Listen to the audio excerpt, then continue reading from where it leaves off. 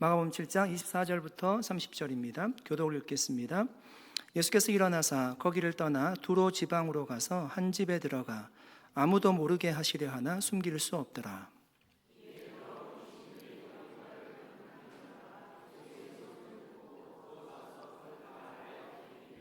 그 여자는 헬라인이요 수로보니게 족속이라 자기 딸에게서 귀신 쫓아내 주시기를 간구하거늘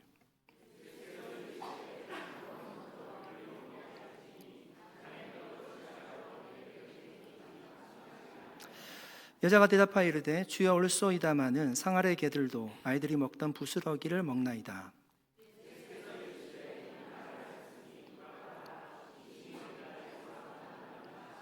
같이 읽겠습니다. 여자가 집에 들어가 본즉 아이가 침상에 누웠고 귀신이 나갔더라. 아멘. 잠깐 기도하겠습니다. 하나님 아버지 감사드립니다. 말씀이 육신이 되어 이 땅 가운데 오신 예수 그리스도를 이 시간도 깊이 알아가기를 소원합니다. 우둔한 우리의 마음이 진리의 빛으로 밝혀지는 은혜의 시간 되게 해 주시옵소서. 감사드리며 예수님의 이름으로 기도드립니다. 아멘.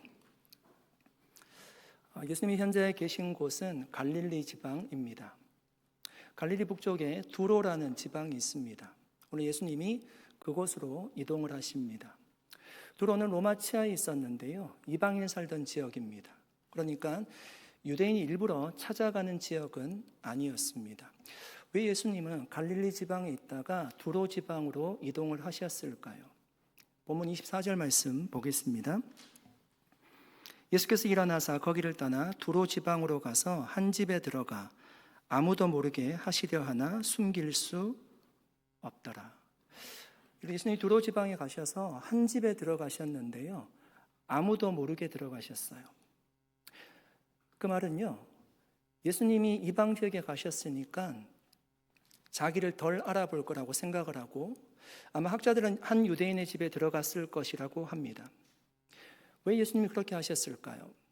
갈릴리 지방을 다니셨을 때는요, 모든 사람이 알게 다니셨습니다. 병자들을 고치고 귀신을 내어 쫓았습니다. 그런데 두로에 갔을 때는 예수님이 그런 사역을 하시려고 가셨던 것이 아니라는 얘기입니다. 한 집에 들어가셨다는 것은요, 예수님이 쉬고자 조용하게 들어가셨다는 겁니다. 그런데 빛을 감출 수 없듯이 예수님이 거기에 오신 것을 감출 수 없었습니다. 오늘 본문에 보니까 예수님이 그곳에 오셨다라고 소문이 났습니다. 그 소문을 듣고 어떤 귀신 들린 딸을 둔 어머니가 예수님께 찾아옵니다. 25절 말씀입니다. 이에 돌아온 귀신 들린 어린 딸을 둔 한 여자가 예수의 소문을 듣고 곧 와서 그 발 아래에 엎드리니. 여러분, 그녀가 예수님에 대한 소문을 들었어요. 그가 갈릴리에서 수많은 사람들을 고치고 귀신도 내어 쫓을 수 있는 능력이 있는 사람이라는 소문을 들었습니다. 본문에 보니까 곧 즉시로 그 소문을 듣고 예수님께 찾아왔습니다. 그리고 예수님의 발 앞에 엎드려서 그 귀신 들린 딸의 그 귀신을 내어 쫓아달라고 간청합니다. 여러분은 누군가의 발 앞에 엎드려서요, 이렇게 간청해 보신 적이 있으십니까? 우리가 실제적으로 그렇게 하신 분들은 여기에 거의 없을 거라고 생각이 듭니다. 그런데 정말 간절할 때요, 마음만은 그렇게 하고 싶을 때가 있어요. 병원에 의사를 만나러 갔습니다. 시한부 인생이라고 선고를 들었습니다. 그때 마음이 얼마나 낙심됩니까? 그 의사의 옷자락에도 잡고 나을 수 있는 방법이 없느냐고 그렇게 묻고 싶은 것이 우리의 마음일 거예요. 학교에서 전화를 받았습니다. 자녀에 관한 문제예요. 가보니까 큰 문제입니다. 학교를 못 다니게 될 정도였습니다. 그러면 부모가요, 정말 선생님 앞에 무릎 꿇고 싶은 마음이 부모의 마음이지 않습니까? 이 귀신 들린 딸을 둔 어머니가 그 심정으로 예수님의 발 앞에 엎드렸습니다. 이 여인은 어린 딸을 데리고 사는 과부였을 거예요. 그의 남편에 대한 기사가 성경에 전혀 나오지 않아요. 그 딸 하나 데리고 사는데 모든 소망이 그 딸에게 있을 거예요. 그런데 그 딸이 흉악한 귀신이 들려서, 본문에 보니까 흉악한 귀신에 들려서 정상적인 생활을 할 수 없는 상황이에요. 여러분, 그녀의 마음이 얼마나 낙심되고 힘들었을까요? 병행 본문이 마태복음 15장 22절에 보시면 이 여인이 소리질러 외치고 있습니다. 가난한 여자 하나가 그 지경에서 나와서 소리질러 이르되 주 다윗의 자손이여 나를 불쌍히 여기소서, 내 딸이 흉악하게 귀신 들렸나이다. 여러분, 그녀가요 목이 터져라 외치고 있어요. 내 딸이 귀신 들렸나이다. 내 딸이 귀신 들렸나이다. 여러분, 이런 말 할 수 있습니까? 동네 사람 다 들으라고 하는 얘기예요. 내 딸이 귀신 들렸습니다. 한 번 외친 것이 아니라 그 소리가 예수님의 귀에 들어갈 수 있도록 반복적으로 외쳤어요. 내 딸이 귀신 들렸습니다. 여러분, 그녀에게요 부끄러움, 수치, 치욕 이런 거 없어요. 딸을 고치려면 그런 거 다 내려놓아야 돼요. 내 딸이 귀신이 쫓겨나가고 정상적으로 생활할 수만 있다면 그거 다 내려놓습니다. 여러분, 이 어머니의 마음이 이해가 되십니까? 여러분, 오늘 말씀을 잘 보십시오. 귀신 들린 자는 누구입니까? 감사합니다. 네, 제가 어려운 질문 안 했잖아요. 딸이에요, 딸. 딸이 귀신 들렸는데요, 그 귀신 들린 딸이 지금 예수님께 나와서요 간절히 구하지 않아요. 그 어머니가 나와서 간절히 구해요. 예수님이요 그 딸의 믿음을 보시고 그 딸을 고쳐주지 않아요. 그 어머니의 기도를 보시고 그 딸을 고쳐줘요. 그리고 그 딸은 거기에 없어요. 그런데 역사는 집에 있는 딸에게 일어나는 것입니다. 여러분, 금쪽이를 아십니까? 여러분의 가정에 금쪽이가 있으십니까? 모르세요? 우리 딸이 제일 싫어하는 말이에요, 금쪽이. 이게 반어법적인 이야기인데요, 원래는 금쪽같이 귀한 자녀인데 문제가 있는 자녀를 얘기하는 겁니다. 여러분, 금쪽이를요 부모들이 포기하지 않아요. 금쪽이의 문제를 가지고 그 문제를 해결하고자 하는 것이 부모의 마음이라고요. 어쨌든지 그 문제를 해결하고자 하는 거예요. 오늘 본문의 이 여인도 자녀가 가지고 있는 심각한 문제를 해결하고자 주님께 나왔습니다. 여러분, 사실 그녀는요 이방 여인이잖아요. 헬라인이요 수로보니게 여인이에요. 유대인과 이방인은 아주 사이가 먼 사람이죠. 관계가 좋지 않아요. 그런데도 자신의 딸이 이 문제를 고칠 수 있으면, 이 심각한 문제를 해결할 수만 있다면 그런 건 문제되지 않아요. 주님께 나오는 것입니다. 사랑하는 여러분, 신실하게 기도하는 부모님이 있다면, 정말 예수님의 발 앞에 엎드려서 믿음으로 구하는 부모님이 있다면 하나님이 그 기도를 반드시 들으시고 해결해 주실 줄로 믿습니다. 이런 부모님이 기도하면 그 혜택을 누가 받습니까? 자녀가 받는다고요. 회동장 야이로가 딸이 죽어가려고 하니까 예수님께 나왔습니다. 회당장이에요. 종교적으로 굉장히 높은 직위에 있는 사람입니다. 그런데 그거 다 내려놨어요. 주님께 나왔어요. 바짝 엎드립니다. 그리고 자기 죽어가는 딸을 고쳐달라고 얘기합니다. 주님이 마음이 움직이셨어요. 심지어 가다가 그 딸이 죽었어요. 그 집에 방문해서 죽어있는 딸을 주님께서 살려주세요. 한나가 너무나 마음이 아프잖아요. 쓰라린 마음을 가지고요, 고통스러운 마음을 가지고 하나님 앞에 기도합니다. 하나님, 이 여종을 불쌍히 여기셔서 아들 하나 달라는 거예요. 그 아들 주시면 내가 평생에 그 아들을 하나님께 드리겠습니다. 하나님이 사무엘을 주셨어요. 여러분, 그 시대가 어떤 시대였는가 하면 사사시대예요. 각자 자기의 소견에 옳은 대로 살던 시대였습니다. 그 사사시대 말기에 진리의 빛을 비추는 사무엘이 등장을 해요. 그 어머니의 기도 때문에. 사랑하는 여러분, 기독교 역사에요 수많은 기도의 어머니들이 있었습니다. 성 어거스틴의 어머니 모니카, 아들의 회심을 위해서 30년 동안 기도합니다. 그 아들이 이단에 빠졌어요. 마니교라는 이단에 빠졌습니다. 술과 향락으로 평생을 지내던 아들이에요. 사생활을 낳았습니다. 그런데 어머니의 기도로 어거스틴이 돌아오게 돼요. 기독교 역사에서 가장 영향력이 있는 목회자요 신학자가 되었습니다. 잔 웨슬레의 어머니 수잔나, 19명의 자녀를 낳았습니다. 아무도 놀라지 않으시네요. 저는 깜짝 놀랐습니다. 어떻게 사람이 19명을 낳을 수 있어요? 근데 어릴 때 좀 많이 죽고요, 10명을 키웠대요. 그런데 그 자녀를 위해서요, 하루에 2시간씩 기도했어요. 여러분, 그 당시도요, 영국 교회가 무너져 가던 시대였어요. 영적으로 타락하던 시대였어요. 그 시대를 일구는 경건한 운동을 시작하는 위대한 목회자가 태어납니다. 한국교회 초기 부흥운동의 대표적 인물인 김익두 목사님이란 분이 계세요. 깡패였습니다. 술과 싸움으로 살던 분이세요.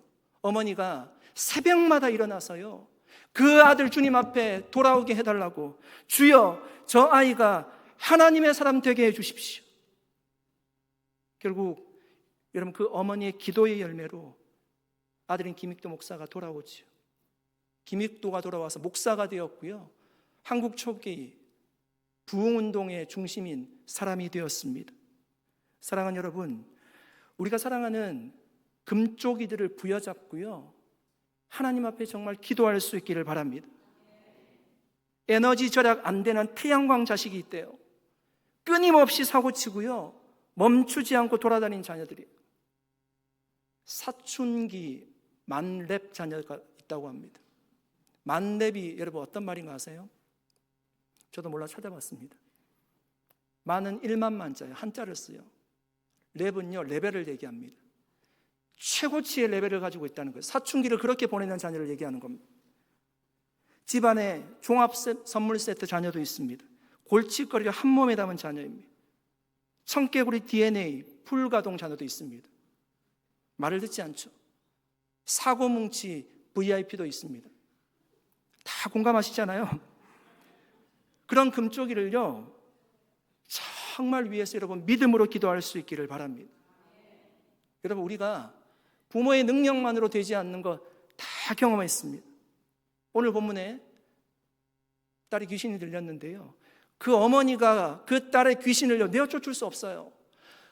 본인이 할 수 없으니까 예수님께 가지고 나온 거죠. 그 예수님께 엎드려서요, 그 딸의 귀신을 내어 쫓아달라고 기도하는 거잖아요.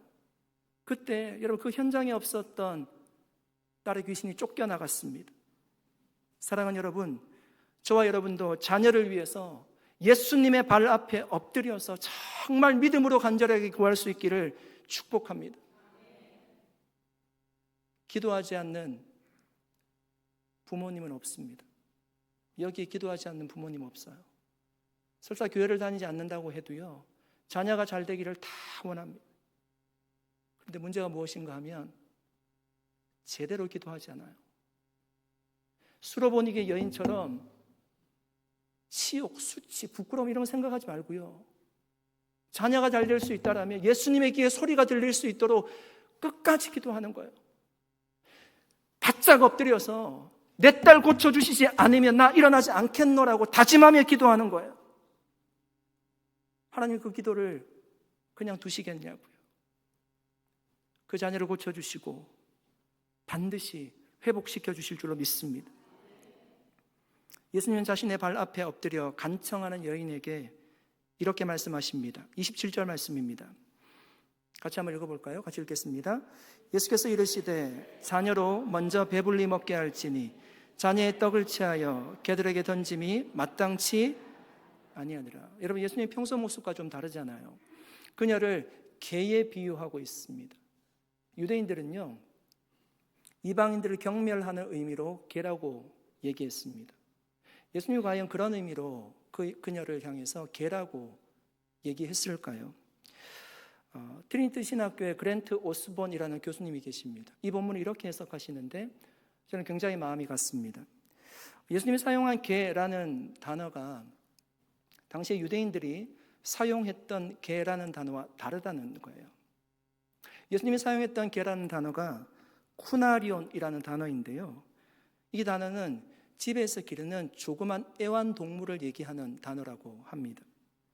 예수님은 유대인들과 같이 그 여인을 경멸하기 위해서 개라는 단어를 사용했던 것이 아니라 그 대신 가정에서 키우는 애완동물이란 뜻으로 그 단어를 사용했다는 겁니다. 저는 그렇게 해석하는 것이 예수님의 평소의 언어, 행동과도 맞는 해석이라고 믿습니다. 보통 당시에도 여러분 애완동물을 키울 때 자녀가 먼저 음식을 먹었다는 거죠. 자녀가 음식을 먹고 그 동물에게 주는 경우가 있었다는 거예요. 그러니까 우선순위는 자녀에게 있는 거예요. 그렇다고 애완동물에게 음식이 주어지지 않는 것은 아니었습니다. 사람이 음식을 먹고 난 이후에 음식이 주어졌습니다. 그러니까 자녀의 떡을 자녀가 먹는 것은 너무나 당연한 거예요. 그 떡을 먼저 먹은 후에 걔들에게 돌아갈 겁니다. 그러니까 여기서 자녀로 비유된 사람은 누구입니까? 유대인들이에요, 유대인들. 그리고 이방인은 수로보닉의 여인은 개로 비유되었잖아요. 걔는 수로보닉의 여인이겠죠. 그녀는 이방인입니다. 그러니까 여러분 예수님의 1차적인 관심이 어디에 있다는 것입니까? 자녀인 유대인에게 있다는 거예요. 그렇다고 이방인을 구원해서 제외시킨 것은 아니었습니다. 우리가 말씀을 살펴보았듯이 예수님이 거라사 지방을 방문하세요. 그 지방은 이방인들이 살던 지역이었거든요. 군대 귀신 들린 자의 그 귀신을 내어 쫓았습니다. 그를 구원하여 주셨습니다. 지금 예수님이 서 있는 이 두로도 로마치아에 있지만 이방인들이 살던 지역이었습니다. 그러나 예수님이 먼저 된 관심은 유대인들에게 있었다는 겁니다. 예수님은 지금 여러분 수로보닉의 여인에게 면박 주기 위해서 그녀를 개라고 얘기했던 것이 아니라 유대인을 향한 예수님의 마음을 보여주신 겁니다. 그녀는 예수님의 이 비유와 예수님의 마음을요 누구보다도 잘 이해했던 것 같아요. 그래서 기분 나빠하면서 그냥 돌아간 것이 아니라 오히려 정말 지혜롭게 요청합니다. 애완동물을 좋아하는 주인도 자신이 기르는 개에게요 빵 부스러기라도 준다는 거예요. 28절 말씀입니다. 여자가 대답하여 이르되 주여 올소이다마는 상아의 개들도 아이들이 먹던 부스러기를 먹나이다. 여러분 예수님의 관심이 먼저는 유대인에게 있다고 해서요 모든 유대인들이 다 구원받는 것은 아니었어요. 반면에 이방인 중에도 예수님을 따르기로 선택하고 주님을 따랐던 사람들은 구원을 받은 사람들이 있습니다. 수로보닉의 여인은 예수님의 마음이 먼저는 유대인들에게 있을지라도 자신에게 그런 부스러기 같은 은혜라도 달라고 구한 거예요. 여러분 수로보닉의 여인은 이방 여인이잖아요. 유대인들의 눈으로 보면 은혜 받을 자격이나 배경이 없는 사람이에요. 율법도 조상의 신앙도 언약의 특권도 없는 외부인이에요. 당시 유대인의 기준으로 보면요 어떤 기준도 갖추지 못했어요. 하지만 그녀는 간절한 마음을 가지고 주님께 나아갔습니다. 부스러기 같은 작은 은혜라도 받을 수 있다는 것을 희망을 가지고 나아갔어요. 여러분 보십시오. 그녀가 예수님께 나아갈 때 아무런 장애물이 없었던 건 아닙니다. 수모와 수치를 겪어야 했어요. 문화적인 장애물을 넘고요 민족적인 장벽도 넘어야 했습니다. 제가 초등학교 때 장애물 달리기가 있었습니다. 해보신 분들 계시죠? 네. 뭐 이렇게 매트도 깔려 있고요. 매트를 굴르고 달려가고, 뭐 허들도 세워져 있고, 뛰어넘고, 뜀틀도 뛰어넘고, 그리고 뭐 종이 봉투 같은 거 있으면 그 열어보면 이제 미션이 있잖아요. 뭐 코끼리 코 10번 돌고 뭐 달려오기 이런 거, 그리고 어느 선생님 데려오기. 선생님 어디 화장실 갔으면 이제 못 데려가는 거죠. 여러분 장애물 달리기를 할 때 중요한 것은요 빨리 달리는 것이 아닙니다. 장애물을 잘 헤쳐나가야지 1등을 할 수가 있어요. 장애물을 잘 보고 집중하고 뛰어넘고 문제를 잘 해결할 때 장애물 달리기를 잘할 수 있는 거죠. 사랑하는 여러분, 우리의 인생에요, 우리의 신앙에도 한두 가지 장애물, 장벽이 없는 분들은 없어요. 여러분, 예수님을 만났던 사람들은요, 다양한 장벽을 넘어서 예수님께 나아갔어요. 사마리아 여인이 아무도 없는 정오에 물을 들어왔습니다. 한 유대인 남자를 만났습니다. 피해야 되죠. 대화도 하면 안 됩니다. 인종의 장벽을 넘어야 되고요, 민족적인 장벽을 넘어야 되죠. 그리고 남편이 다섯이 있었습니다. 도덕적인 장벽도 넘어야 합니다. 그렇게 주님을 만나는 거예요. 세리삭개오가 나무에 올라갔습니다. 키가 작은 것도 있지만 사람들이 그를 손가락질했어요. 자신의 민족을 등쳐먹는 사람이라고. 주님이 지나간다라고 하니까 나무에 올라가서 주님을 만나게 돼요. 도덕적인 장벽, 신체적인 장벽 넘어야지 주님을 만나는 거예요. 혈루병 여인, 나병 환자, 부정함이라는 장벽을 넘어야 돼요. 여러분, 예수님 만났던 사람들, 장벽이 없던 사람들 아무도 없죠. 여러분, 인생의 장벽 한두 개쯤은 누구에게나 있습니다. 그때 그 장벽 때문에 걸려 넘어질 수도 있고요, 포기하고 싶은 마음이 들 수 있어요. 장애물 달리기는 장애물 앞에 멈추라고 하는 게 아니에요. 장애물을 건너서 달려오라는 것이잖아요. 우리의 인생의 장애물을 만날 때 포기하면 안 되죠. 일어나야 됩니다. 장벽 앞에 굴하지 않고 장벽을 넘어 주님 앞에 나아가면, 여러분, 주님이 부스러기 같은 은혜라도 우리에게 반드시 주실 줄로 믿습니다.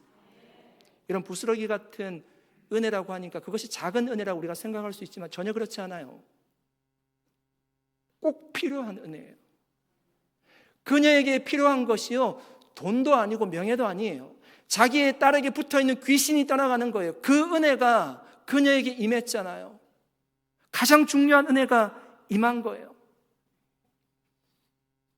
사랑하는 여러분, 우리에겐 여전히 다양한 장애물이 있습니다. 그러나 여러분, 그 장애물 앞에 절대로 멈춰서지 마십시오. 그 장애물을 넘어 담대히 주님 앞으로 나아갈 수 있기를 바랍니다. 주님이 도와주실 거고요, 주님 앞에 나아가면 그 문제 반드시 해결해 주실 줄로 믿습니다. 예수님이 수레보니게 여인에게 말씀하십니다. 29절 말씀입니다. 예수께서 이르시되 이 말을 하였으니 돌아가라, 귀신이 내 딸에게서 나갔느니라 하시매. 예수님은 그 여인의 믿음을요 크게 칭찬하셨습니다. 부스러기 같은 은혜를 받기를 원하는 그 여인의 믿음을요 크게 칭찬하셨습니다. 많은 유대인들은 예수님의 말씀을 듣고 기적을 경험했지만 예수님을 거절했습니다. 그런데 이 수로보니게 여인, 이방 여인은요 예수님께 능력이 있음을 믿었어요. 그리고 구원을 경험했습니다. 정말 주님의 말씀을 듣고 귀신이 떠나갔다는 그 얘기를 듣고요 집으로 향합니다. 얼마나 두근두근 거리는 마음으로 집으로 향했을까요? 딸의 방문을 엽니다. 딸이 귀신이 떠나가고 침상에 누워있는 겁니다. 할렐루야, 할렐루야. 주님이 낫게 해주셨습니다. 여러분, 오늘이 무슨 주일이죠? 어린이 주일입니다. 오늘 본문에 귀신 들린 딸은요 어린 딸이에요. 여러분, 하나님은 어린이들을 사랑하십니다. 어린이들이 내게 가까이 오는 것을 막지 말라고 하셨어요. 그들도 다 구원받을 하나님의 자녀들로 보셨습니다. 여러분, 요즘 자녀들 잘 키우고도 계시고 있지만, 여러분, 요즘 자녀들이, 여러분의 자녀들이 무엇을 가장 필요로 하십니까? 요즘 자녀들이 여러분에게 무엇을 가장 필요로 한다고 생각하십니까? 그거 한번 생각해 보셨습니까? 하나님은 여러분의 자녀들에게 무엇이 가장 필요하다고 말씀하십니까? 부모들이 아이들이 학교에 하루 가지 않으면 정말 큰일 나는 것처럼 생각합니다. 그런데 교회 하루 빠져도 그렇게 큰 문제로 생각하지 않습니다. 레슨 한번 못 받고 애프터스쿨 한번 못 가면 부모들이 굉장히 초조해합니다. 그런데 교회를 갔는지 안 갔는지 관심을 가지지 않습니다. 교회 갈 때 헌금을 가지고 가서 헌금을 하고 있는지 안 하는지, 오늘 어떤 말씀을 들었는지 별로 관심을 가지지 않습니다. 엘리 제사장에게 두 아들이 있었습니다. 홈리와 비느하스라는 자녀입니다. 성전에 제사드리러 오는 제물을 가르쳐서 본인들이 먼저 먹어요. 성전에 있는 여인들과 동침했습니다. 누구의 자녀인가 하면 대제사장의 자녀입니다. 왜 이런 일이 일어났을까요? 성경은 뭐라고 얘기하는가 하면 알고 있었대요. 아버지가. 그런데 방관했습니다. 바로잡지 않았습니다.